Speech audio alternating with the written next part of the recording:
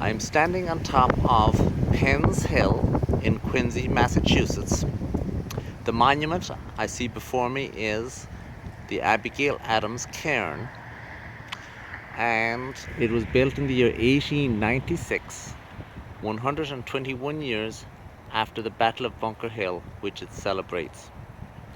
It was from this location that Abigail Adams and her son, the future President of the United States, John Quincy Adams, they came up onto this hill, and at that time they would have had a clear line of view back to Boston and Charlestown, and they could have watched the events as they happened in the course of the Battle of Bunker Hill. Now, their good friend and family physician, Dr.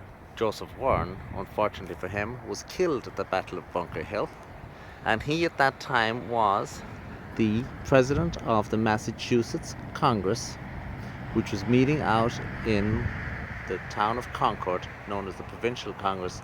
It was an illegal or a rebel Congress meeting because the Congress or Parliament had been disbanded by that time in Boston due to the intolerable acts.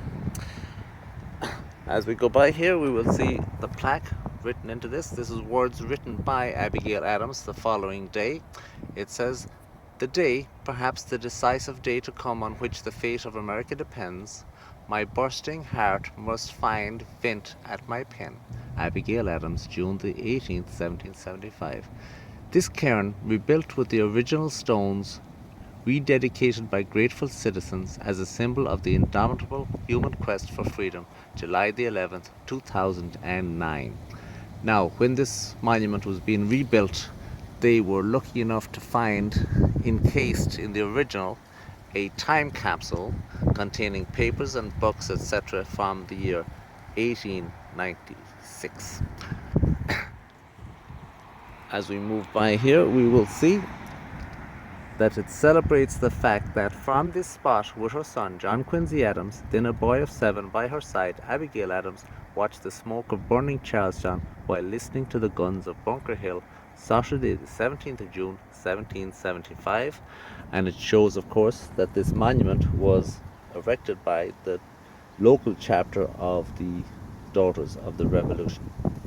Now, the mason who built this beautiful monument was an Irishman. His name is John J. Staunton, and as you can see, it is a fairly beautiful little monument. It's about 20 feet high, and it is from a very prominent hill in the city of Quincy. And as we look over yonder, way in the distance, we can see the city of Boston today, and to the right of this view, of course, at that time would have been a clear line of sight over to Charlestown and Bunker Hill.